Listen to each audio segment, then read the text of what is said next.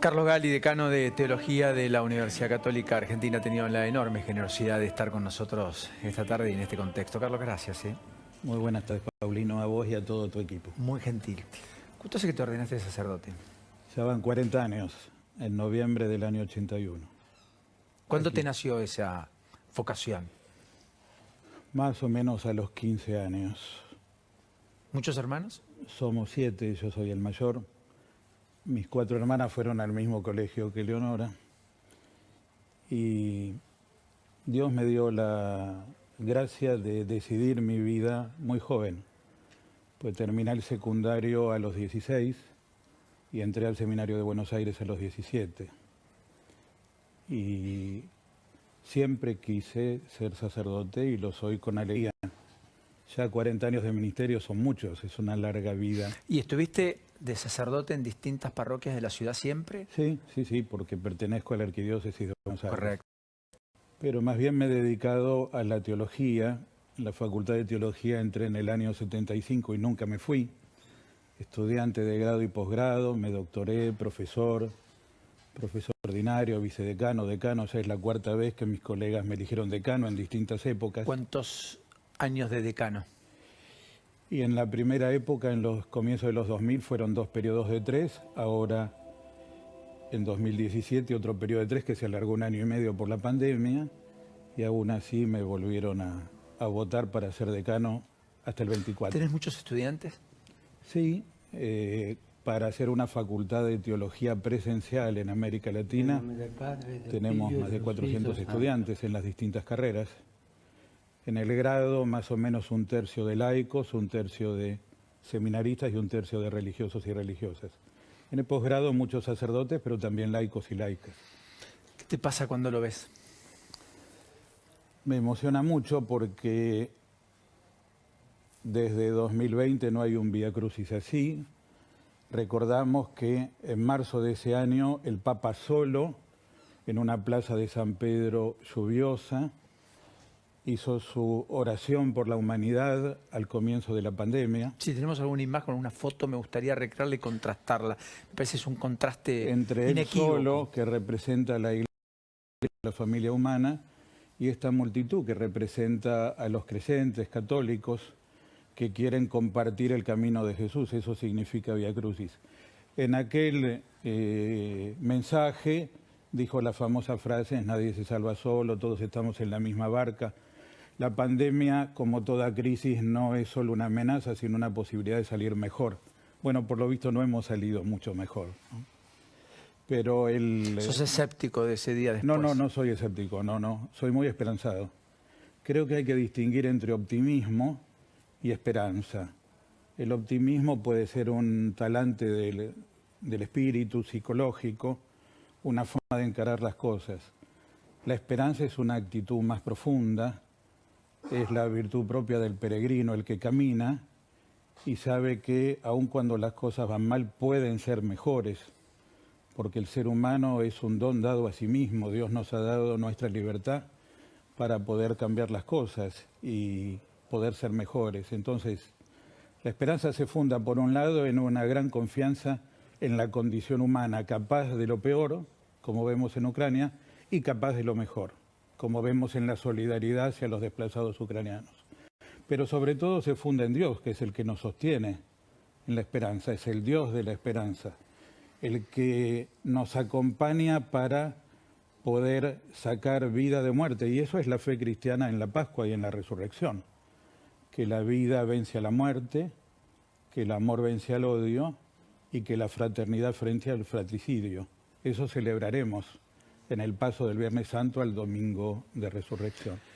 Mire lo que es la pantalla que tenemos ahora. El 2021, el Papa, su soledad, y el hoy. Una soledad muy elocuente en una plaza siempre llena con peregrinos de todo el mundo. Esto muestra que al Papa hay que mirarlo no solamente con los ojos del análisis cotidiano, ni siquiera periodístico, ni siquiera político, sino que es una figura que requiere, para ser comprendida, una mirada mayor que los cristianos llamamos fe, y que vemos en él este papa u otro al sucesor de Pedro. Si decíamos que Juan Pablo II era sucesor de Pedro, tenemos que ser coherentes y decir que Francisco es sucesor de Pedro. Es el obispo de Roma, aquel que Jesús puso para confirmar a sus hermanos. Un Pedro que lo negó a Jesús, como vamos a recordar estos días, anoche, ¿no? En la noche del Jueves Santo. Pero que finalmente le confesó su amor. Después de la cena, ¿no? Cuando ya Jesús estaba detenido, ¿no? Y lo negó 3 veces. Y luego el Evangelio de San Juan termina en un diálogo de Jesús con Pedro, cuando Jesús le pregunta, ¿me amás más que esto, Jesús resucitado? Él dice, Señor, vos sabés todo, vos sabés que te amo. La misma condición en cada uno de nosotros, los seguidores de Jesús. La fe es un don, ¿verdad? Que se tiene o no se tiene. Y no es pecado no tenerlo, ¿correcto? Es un don y es una decisión. Porque puede venir el don y yo estar distraído o dormido. No percatarme de ello. No darle importancia, estar en otras cosas, no plantearme las cuestiones fundamentales de la vida, dejar pasar la oportunidad. Es un Dios que viene al encuentro. No me gusta decir es un don y entonces el que no lo tiene no recibió el don, no. Es un don ofrecido por Dios a todos según las mediaciones religiosas de cada pueblo y de cada cultura. ¿El existencialismo es lo que socava más que cualquier cosa la espiritualidad? No, yo soy profundamente existencialista, es decir, el existencialismo es la afirmación de la existencia humana y de su dignidad.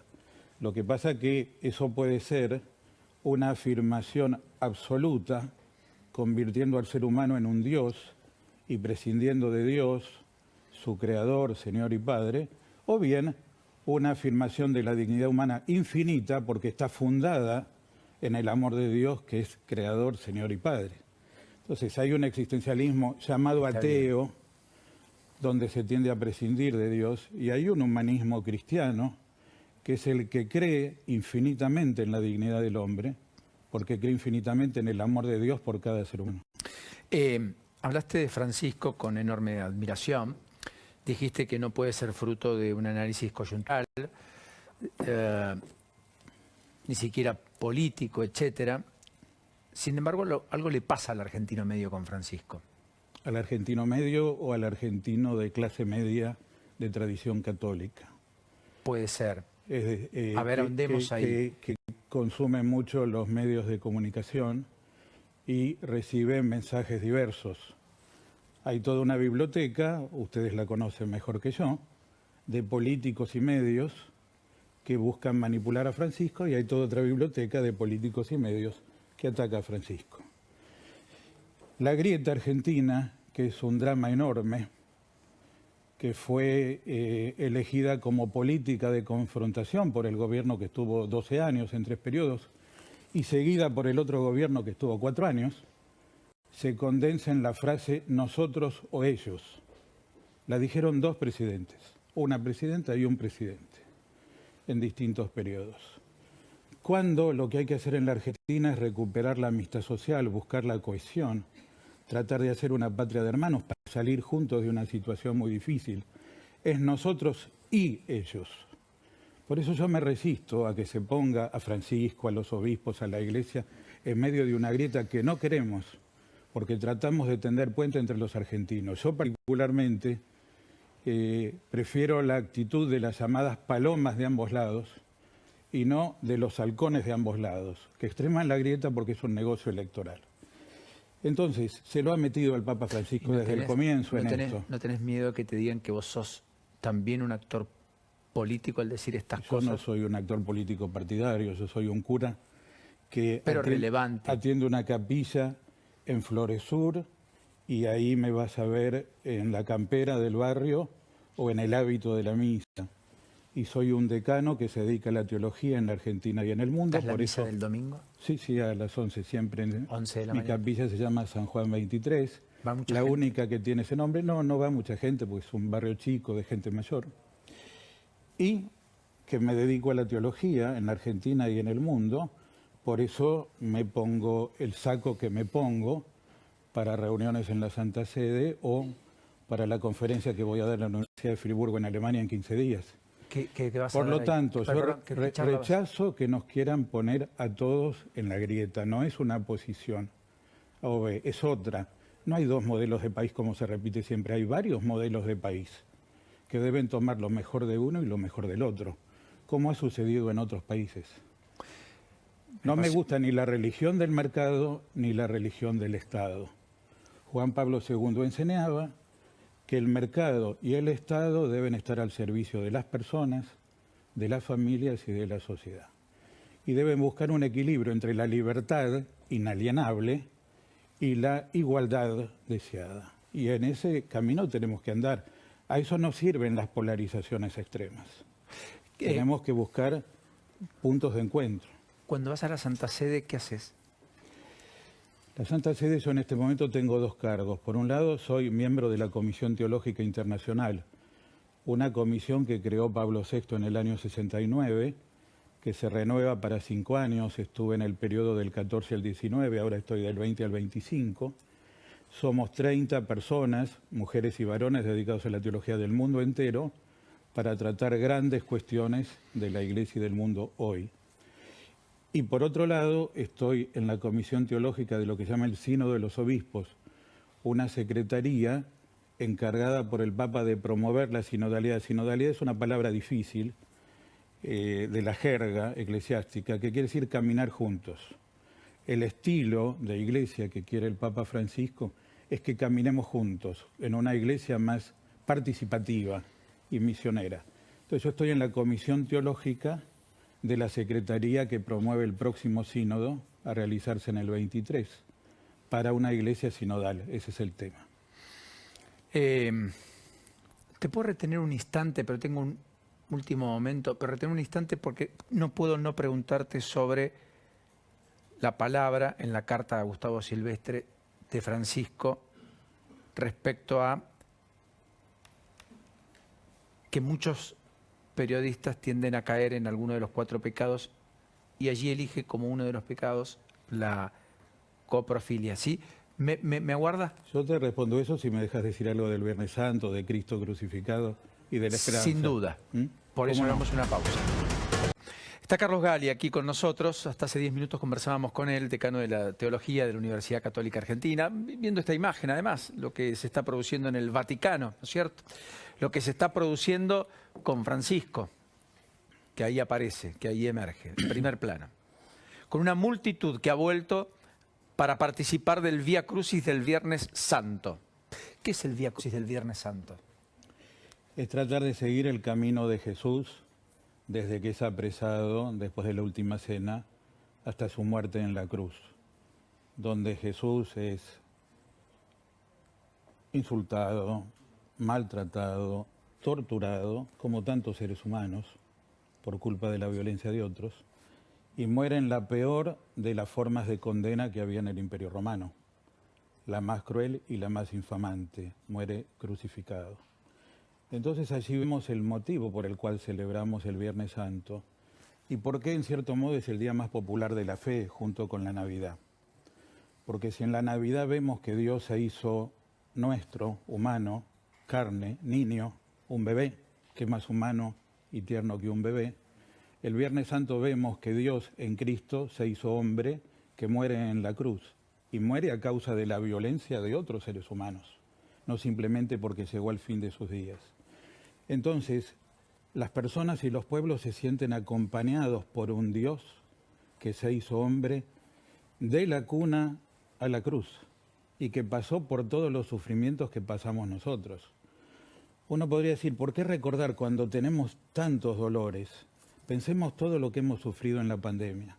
Yo he perdido amigos, conocidos, vecinos, cantidades en los que murieron a causa del COVID o relacionado con esta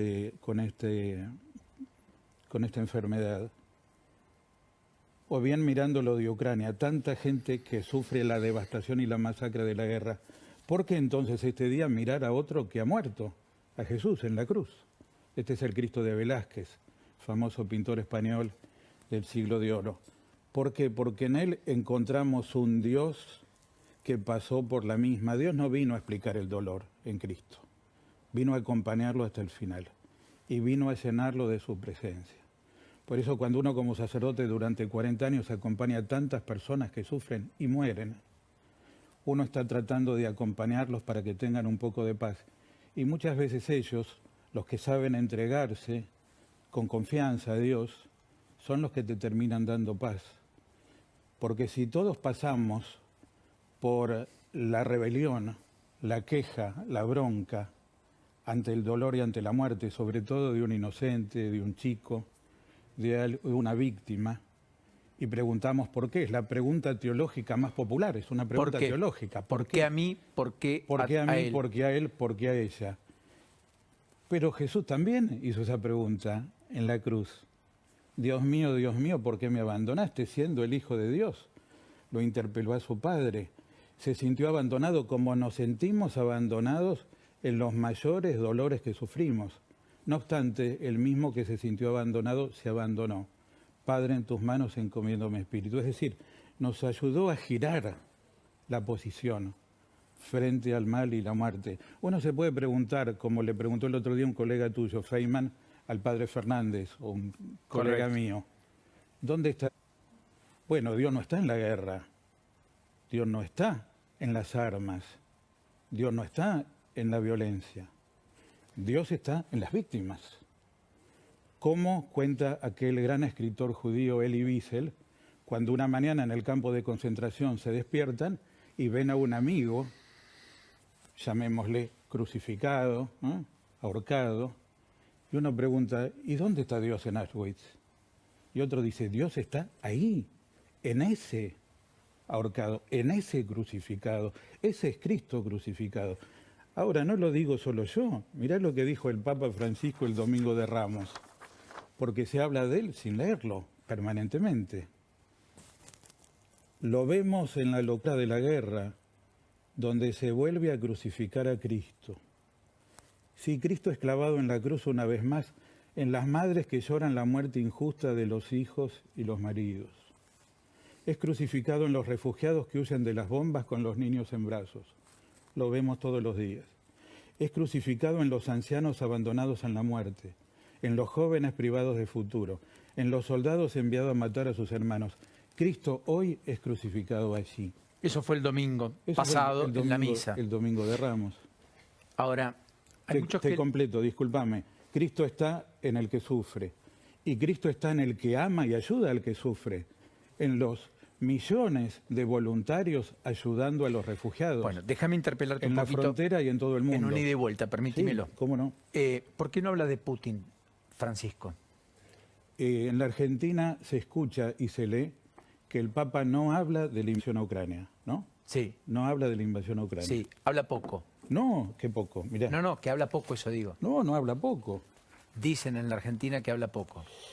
6 de marzo, en Ucrania corren ríos de sangre y lágrimas. No se trata solo de una operación militar, así lo justifica el que la hizo, Putin, sino de guerra que siembra muerte, destrucción y miseria. 13 de marzo, Mariupol es la ciudad mártir de la desgarradora guerra que está devastando Ucrania. Frente a la barbarie de la matanza, no hay razones estratégicas que valgan. Las razones estratégicas del que invadió. El último, para no llenarte de textos. El de Putin, lógico. Pero no le van a decir políticos o periodistas de ningún país cómo debe conducirse la Santa Sede en conflictos tremendos como este. ¿Vos lo viste a Juan Pablo II ir a Ruanda? ¿Lo viste ir al Líbano? ¿Lo viste ir a la guerra de Iracuno? Estamos hablando de un ícono y de un papa de los más queridos en la historia, por cierto. Y que contribuyó notablemente a que el mundo cambiara cuando cayó el muro este-oeste, en buena medida, por la acción del sindicato polaco Solidaridad, al que el Papa Juan Pablo apoyó. Pero Juan Pablo no fue a Kosovo. Trató de mediar ante Milosevic, el genocida serbio, pero no lo atendió. ¿Vos dudás que Francisco está tratando de mediar entre Ucrania y Rusia? El presidente ucraniano habló varias veces con él, pero si la otra parte no accede, no es posible que haya mediación del Vaticano. El único caso que tenemos en la historia contemporánea de una mediación vaticana con relativo éxito fue la mediación de Juan Pablo II entre Argentina y Chile. Canal de Beagle. Porque los dos estados pidieron la mediación. Exactamente. Y finalmente llegaron a un acuerdo. Después no hay otra experiencia en el mundo. No hay otra posterior. Benedicto fue o sea, ¿vos crees Afganistán que son o fue a Siria. O sea, a mí me parece que detrás de este ataque al Papa Francisco permanente, que no es local, es internacional. ¿Qué hay? Tiene detrás? que ver con las posiciones. Hay 3 oposiciones a Francisco. Una mínima, que es de carácter doctrinal, porque hablando nos entendemos. Una institucional, que son todas las reformas que está llevando a cabo en la Iglesia y en la Curia Vaticana, pero en toda la Iglesia, porque nos llama a convertirnos y a salir de nosotros mismos, ¿no? A ir al encuentro del otro como es y donde está. O sea, está moviendo demasiado el tablero, el piso, el tablero, está pateándolo. Y nos tiene que llamar a todos a la conversión al Evangelio. Pero la tercera oposición, que es económica, política internacional. ¿Cuál sería? Mediática internacional. Bueno, vos sabés quién es Steve Bannon. ¿Quién es Steve Bannon? El principal asesor de Donald Trump para la política internacional y vaticana, hoy preso por delitos que cometió. Ha movido todo este política anti-Francisco en el mundo entero, porque en el fondo les molesta su prédica en favor de un mundo más justo, poniendo en crisis sistemas políticos y económicos que no ayudan a la igualdad o a la justicia en el mundo. Por ejemplo, la economía de libre mercado, en sentido amplio. No, la economía de libre mercado no. La economía de libre mercado es la economía lógica que tenemos todos. Eso lo explicó Juan Pablo II. ¿Cuál sería entonces el modelo Trump que tanto perjudica no solo Trump, la prédica no del solo Papa? Trump, O es para lo que poner fuese. un ejemplo. Correcto. No lo pongo a Trump como modelo económico. Quiero decir quienes encarnaron una posición anti-Francisco a nivel político y mediático en el mundo entero. Y no me llama la atención que agencias internacionales no repitan ni una de las 15 veces que el Papa nombró invasión, guerra y masacre en Ucrania. Pero yo no soy un analista internacional. Soy un cura y un pensador que te dice, no, mirá que ha hablado y habla todo el tiempo. Y habla como debe hablar un papa. Es decir, poniéndose del lado de las víctimas. Y como jefe de Estado, no solo visitó la Embajada de Rusia, sabemos todas las canales que ha abierto para tratar de llegar a una negociación o a un diálogo. ¿Por qué en la Argentina no repiten ¿Qué cosa? lo que dijo el embajador de Ucrania después de visitar a Francisco? Nadie está haciendo tanto en el mundo y el Papa está haciendo todo lo posible para que pueda haber una salida negociada en Ucrania. Eso es lo que dijo el embajador. El embajador de Ucrania en la Santa Sede la semana pasada. Ahora hay noticias que aparecen y hay noticias que no se transmiten. Entonces, yo no me pongo a favor ni en contra y acepto la pluralidad de visiones, sobre todo en el aspecto político, mucho más en el aspecto religioso. Pero lo que quiero es que haya veracidad en la información, que se diga lo que es y que no repitamos cables no chequeados o que recortan parte de las palabras. Lo último que quiero preguntarte, Carlos, agradeciéndote la enorme generosidad que has tenido para con nosotros. Hace muchos años que no venía a la televisión, hablé muchos años. Y yo te agradezco porque has elegido este lugar, porque, en fin, has elegido una tarde como la de hoy y un día particular como el de hoy. Pero lo último, ¿sabes qué? Lo de coprofilia no cayó bien. Me imagino, sí. Porque nos endilgó que uno de los pecados de los periodistas eventualmente, porque él no dijo tal o cual, podría ser la idea de una atracción fetichista por los excrementos. Y yo quiero decirle que nosotros tenemos atracción por muchas y múltiples cosas, que podemos estar equivocados, que podemos pensar diferente, que podemos tener ideas que a lo mejor nos gusten a un montón. Para eso la gente tiene el zapping, cambia los canales, ve otras cosas, ve gente diciendo exactamente lo opuesto a lo que uno pueda en algún momento manifestar. Pero alguien que está en la fe del catolicismo, como quien le habla, y que reconoce en el Papa el líder espiritual. Casi todo equipo, por exactamente, lo que dicen cada uno, además, me pareció injusto. No soy quien para decirlo, pero se lo quería decir a usted en el respeto que me dispensa el hecho de que haya venido aquí y en particular en esta jornada. Y entiendo porque uno que realiza su profesión con todo amor y tratando de aproximarse a la verdad y con respeto a las posturas y aún equivocándonos. Informando, opinando y generando conversación. Ahora, vos sabés que eso no sucede en todos, ni siquiera en este canal, mucho menos en otros.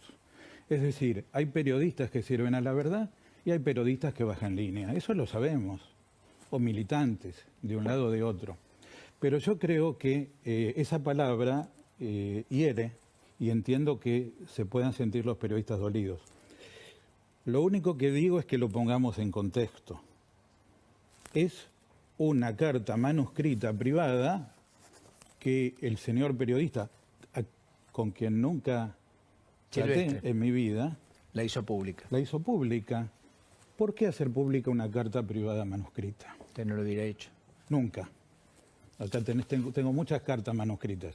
Hay dos tipos. ¿Esas del Papa? Sí, sí, claro. Sí, ¿A usted? Sí, sí, claro. Bueno, no la hagamos pública. No lo hago público, de ninguna manera el contenido. Pero esta carta no tiene nada que ver con lo que estamos hablando. Correcto. Tiene que ver con otras tareas. Pero fíjate que hace unos días se habló de la carta del Papa al presidente de la Nación, Alberto Fernández, agradeciendo saludos. Hay 200 cartas de esas, porque los principales estadistas le escriben al Papa en el aniversario de su elección. Correcto. Eso es una carta protocolar enviada a muchos, sí, con algún toque para la Argentina. Por ejemplo, ojo con tantos pobres, débiles y descartados, ¿no? En un país que tiene más de 40% de pobreza. Lo cual es una advertencia, sin duda. Siempre. Pero en todos lados, en todo lo que el Papa escribe a todos los países. La Argentina no es el centro del mundo. Pero es lógico que si es un Papa argentino tendemos a encuadrarlo en nuestro contexto. Me gustaría que se mire un poco más su misión universal. Pero vos decís lo de esta carta. Primero, ¿por qué hacer pública una carta privada? Segundo, ¿por qué hacerlo un Jueves Santo? Cuando la carta tiene más de una semana. ¿Por qué hacerlo público un Jueves Santo? ¿Por qué intensificar la grieta en la Semana Santa? Esto por un lado. Y por el otro lado, atacar al Papa por una carta. Es decir, vos escuchaste a quien dijo, uy, el Papa se apropia la agenda del oficialismo. No, de ninguna manera. Ni A ni B. No lo metas al Papa en tu punto de vista. En todo caso, digamos que duele esa palabra, escrita en privado. Ahora, yo te mandé ayer el discurso del Papa sobre el periodismo el año pasado. Magnífico. ¿Escucharon lo que dijo sobre los periodistas que cubren la guerra en Ucrania? También quiero dar gracias a los periodistas que, para garantizar la información, arriesgan sus propias vidas. Gracias, hermanos y hermanas, gracias por este servicio. Y hay un montón de textos cada año, sí, termino, en la Jornada para la Comunicación Social. Entonces, el respeto a los periodistas es amplio y constante. Este es un episodio triste, porque termina incentivando la desunión cuando en Semana Santa estamos tratando de buscar lo que más nos une. Y lo que más nos une es encontrar una respuesta al dolor y a la muerte en aquel que es el Dios de la vida y que vino a darnos una esperanza. Que el que está más hundido, ¿cómo decimos cuando estamos mal, no? ¿Cómo dice la gente? Estoy muerto. En la lona. Estoy destruido, estoy en la lona, estoy abajo. Si Dios levantó a Jesús de entre los muertos, nos puede levantar a todos. Te puede levantar a vos y a los que nos están mirando, a todos. Gracias. No, gracias a vos por la invitación. Me tengo que ir porque tengo la celebración del Viernes Santo a las 5:30. Llegas bien. Pero gracias a todos. Gracias. Muy